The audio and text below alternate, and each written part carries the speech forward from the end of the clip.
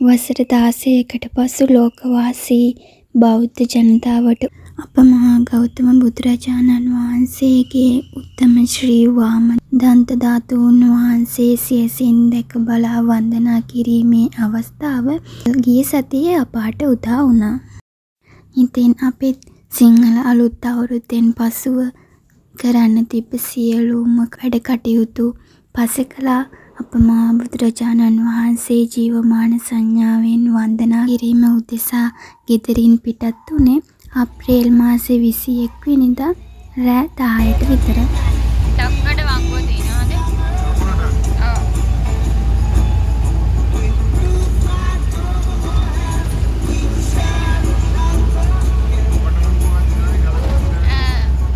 ඔන්න ඔතන ඉස්සර ඊට පස්සේ වංගුව තියනවා. වමට. මේ තියෙන ගල. අපි පාන්දර 1:00 පමණ වන විට කඩුගන්නාව පාස් කරා.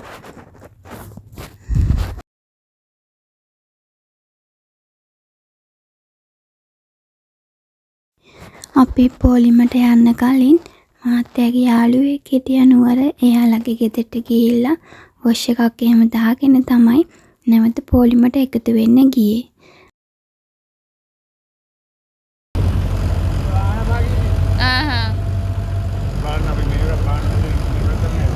ඔව් ඔව්ම කෙලින්.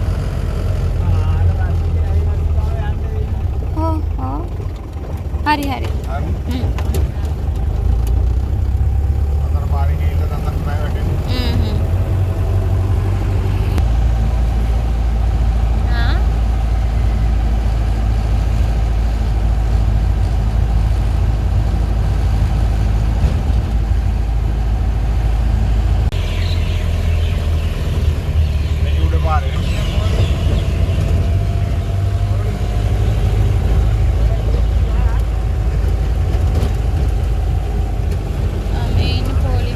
මේ තියෙන්නේ මේවා දාලා තියෙන කවුන්ටර් බෑග් අපි යන්නේ ඔබ මේ වමට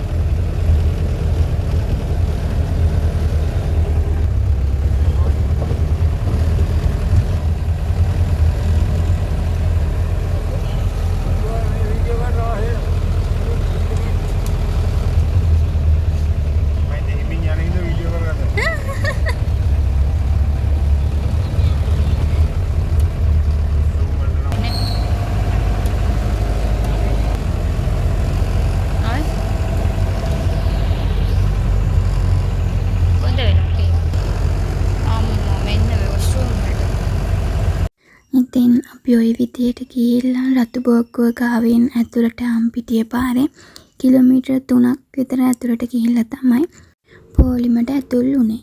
අපි පොලිමට ඇතුල් වෙනකොට පාන්දර 4ට විතර ඇති.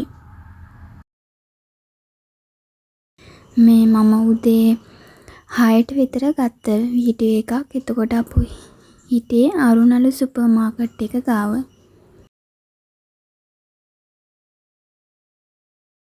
ඉතින් මේ විදිහට අවුවේ කර වෙලා වැස්සට තෙමීලා කොහොම හරි රතු බෝක්කුව ගාව පේන්න තියෙන බෝධිය ගාවට එන්න අපිට දවස් 2ක් ගත වුණා.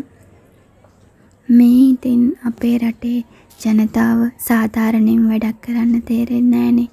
අලුතෙන් එන බැතිමතුන් ඔක්කොම අර පොලිමට බස් වලින් ඇවිල්ලා එකතු වෙලා එතන ලොකු කලබලයක් වුණා. ඉතින් ඔන්නෝම ලොකු කැපකිරීමක් කරලා අපි 23 වෙනිදා හවස 3ට විතර රතු බෝක්කුව ගාව වැවරවුමට පොලිම දාන ස්ථානයට ළඟා වුණා.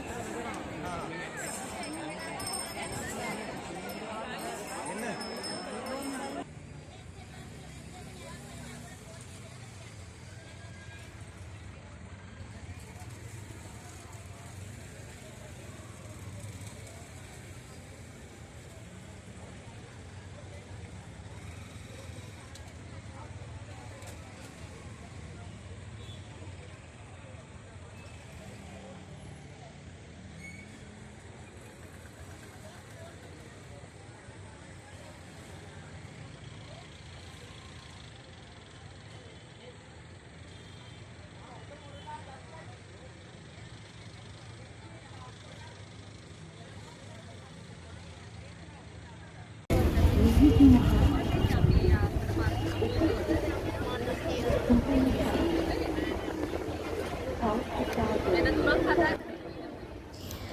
විදිහට ටිකෙන් ටික පොලිම ඉස්සරහට යනකොට ඉතින් පොලිම් පනින නරක බැතිමතුන් අතර ගොඩාක් හොඳ ගුණගරුක බැතිමතුන් අපිට ගොඩක් හම්බුණා.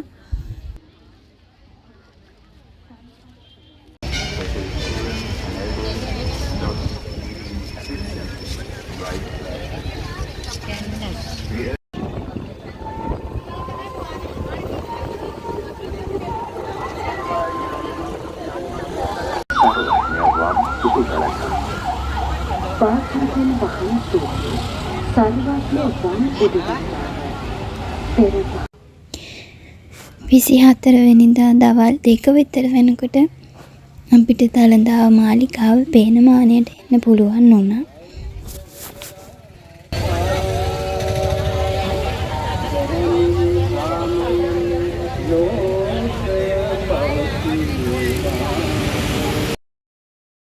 අපිට 24 වෙනිදා රෑ පහන් කරන්න සිද්ධ වුණේ මල්ලතු මහා විහාරයේ ඉස්සරහා දළදා මාලිගාව පේන මානේ වැව් ඉස්මත්ත උඩ ඉඳගෙන. ඉතින් ඒකත් ලොකු වාසනාවක් උදේ පාන්දර අවදි වෙනකොට දළදා මාලිගාව පේන්න තියෙනවා කියන්නේ අපිට නම් ඒක ලොකු සතුටක්.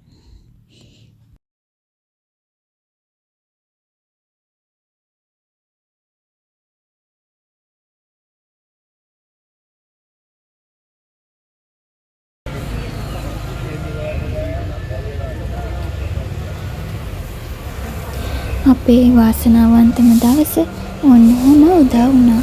අප්‍රේල් මාසේ 25 වෙනිදා උදේ පාන්දර පොලිම ටිකෙන් ටික ඉස්සරහට ඇදෙන්න ගත්තා.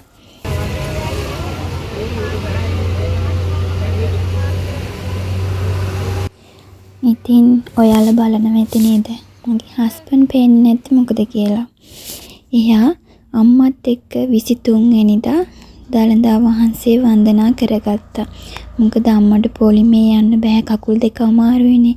ඒක නිසායි ආබාධිත අයට වෙන් කරලා තිබිච්ච පොලිමේ අම්මව එක්කගෙන ගිහිල්ලා වන්දනා කරා.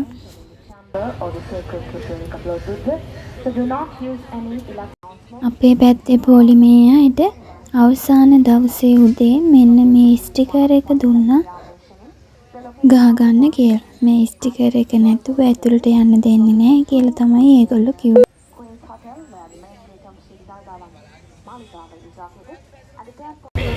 මේ හැමදෙනෙක්ම ඉවසීම ප්‍රගුණ කරගෙන අදිෂ්ඨානය ඔබතුවා වගේ මේ ඒකායන ආරම්භණකින් උත්තර තමයි රක්ෂකයන්න් පිළිස්සවලට ඇතුල් වෙලා මේ පොලිස් වල බොහෝ පීඩාවන් දෙගෙන ඉස්සරහට ඉතින් අර අපේ ජීවන ගමනේ වාදක ඡායගෙන බෞද්ධයෙකුට යන්න පුළුවන්. 25 වෙනිදා දවල් 11ට ඔන්න ඔය විදිහට අපිට පෙනි අප මහා බුදුරජාණන් වහන්සේ වන්දනා කිරීමේ අවස්ථාව ආරම්භ වුණා. නුවර ජනතාවගේ සංග්‍රහ කිරීම ගැන මට අමුතුවෙන් කියන්න දෙයක් නැහැනේ. ඔයාලා සමාජ මාධ්‍යයේ දවස්වල දකින්න ඇති නුවර ජනතාව ආවිල්ලා හිටු පැතිමතුන්ට සංග්‍රහ කරපු විදිය කිසිම අඩුපාඩුවක් නැතුව අවශ්‍ය කරන සියලුම දේවල් ළඟට ගෙනත් දීලා තුම් ධාතුන් වහන්සේ වන්දනා කිරීමට යන බැතිමතුන්ට කිසිදු අපහසුතාවයකින් තොරව වන්දනා කිරීමට ආහාර පාන සියල්ල නොඅටුව ලබා දුන්නා. ඉතින් මම මේක අවස්ථාවක් කරගන්නවා ඒ සියලුම දෙනාට පින් අනුමෝදන් කිරීමට.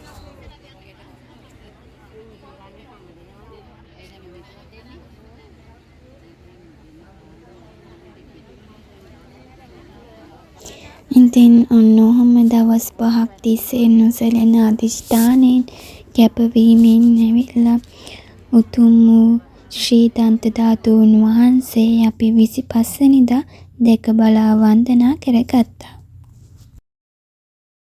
ඉතින් මේ පාර උතුම් ශ්‍රී දන්ත ධාතුන් වහන්සේ වන්දනා කරගන්න බැරි වෙච්ච බැතිමතුන්ට මම ප්‍රාර්ථනා කරනවා ලබන වාරේ අනිවාර්යෙන්ම වන්දනා කර ගැනීමේ අවස්ථාව උදා වේවා කියලා.